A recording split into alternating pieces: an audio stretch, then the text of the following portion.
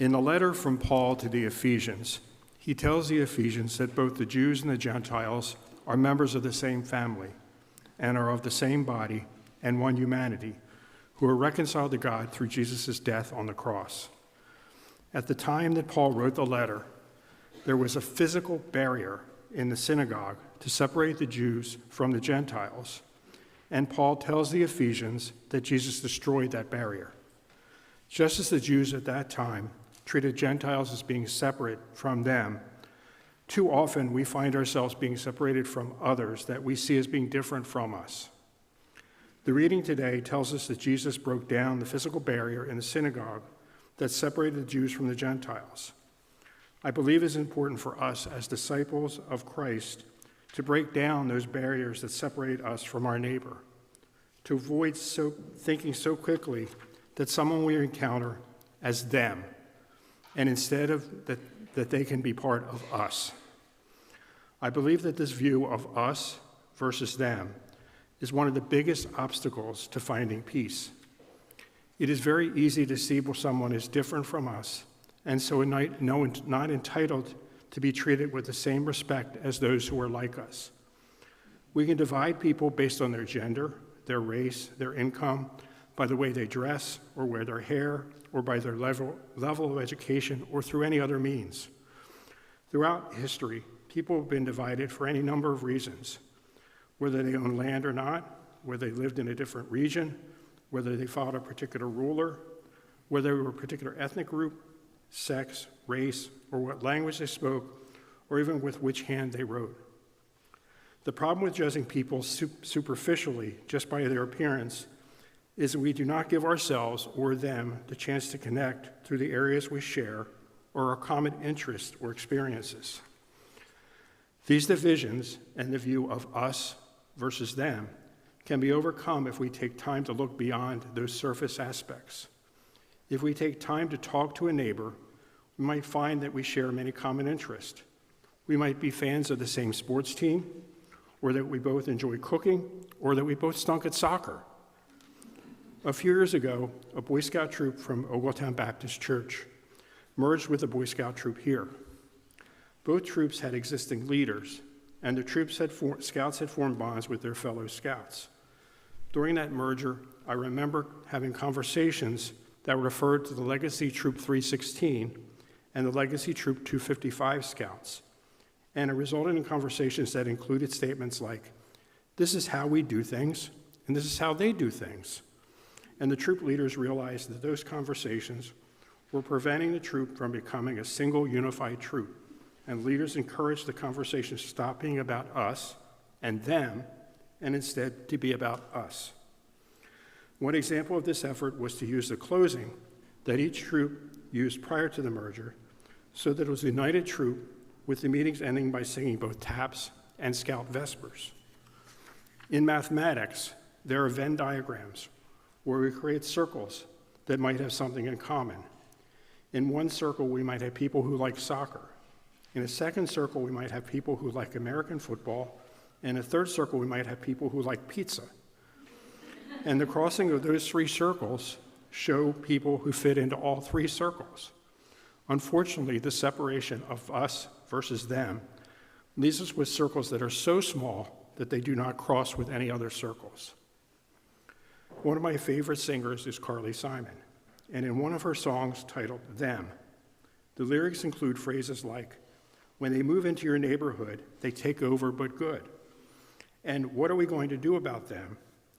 And what do they want? What shall we do about them?"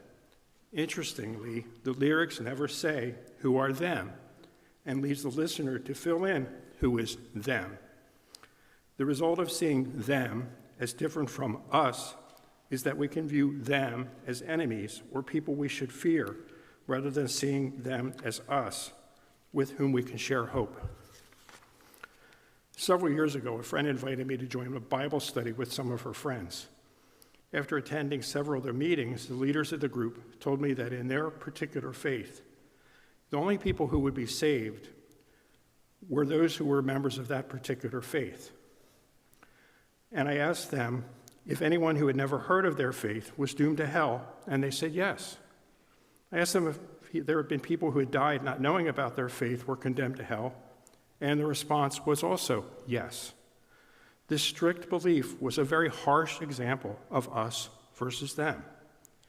In a couple of weeks, we will have an opportunity to vote, and there's a great deal of division of us versus them, whether we are Democrats or Republicans, liberal or conservative, or if we come from a blue state or a red state. We might find that our opinion of a neighbor is affected by a bumper sticker they display on their car or a campaign poster they display in their yard for a particular candidate. 4 years ago, the depth of this divisiveness was demonstrated by events where citizens attacked the Capitol and injured law enforcement officers, damaged federal property in order to stop the certification of the election. That political polarization has only worsened in the intervening years. The polarization can be aggravated by social media. People post statements on social media with the intent to divide people, and those messages are reposted and repeated as if they were true. I find it amazing that on sites like Yahoo and MSN, there will be conflicting stories about the candidates and their positions and about which candidate is in a lead in a particular state, sometimes with one story following the other that say directly the opposite. And it can lead the reader to believe that the story that supports their belief is the only correct story. As Christians, we must put aside those easy divisions and take time to learn about each other so that we can see we have much more in common than what divides us. If we make this effort both individually and as a nation, perhaps we can achieve greater peace. We can use the lessons of Jesus, who did not simply focus on the powerful people like the Pharisees, Sadducees, and the scribes.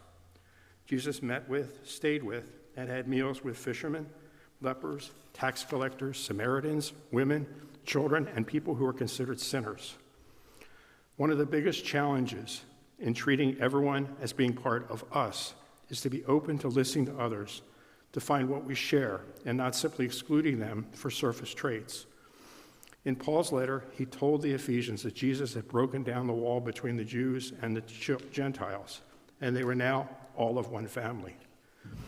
As Christians, we can strive to become one and treat everyone as one of us, if you aim to become one with everyone. I realize this is not an easy task, but I encourage us all to strive to find what we share in common with the people we meet and treat them as one of us.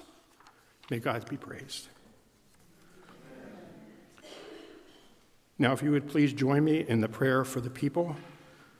Dear God, we thank you for words and music that bear witness to your love. In the conversations we hear and speak, let us show mercy and kindness. In the talks among leaders of many nations, help them speak truth and work towards peace. As we encourage a moment in our nation when we select our leaders, remind us that your will works through each of us on earth. We are blessed to hear your word. Help us to listen and to follow your will for our lives, for the life of our church, our community, our country. In Jesus' name, amen.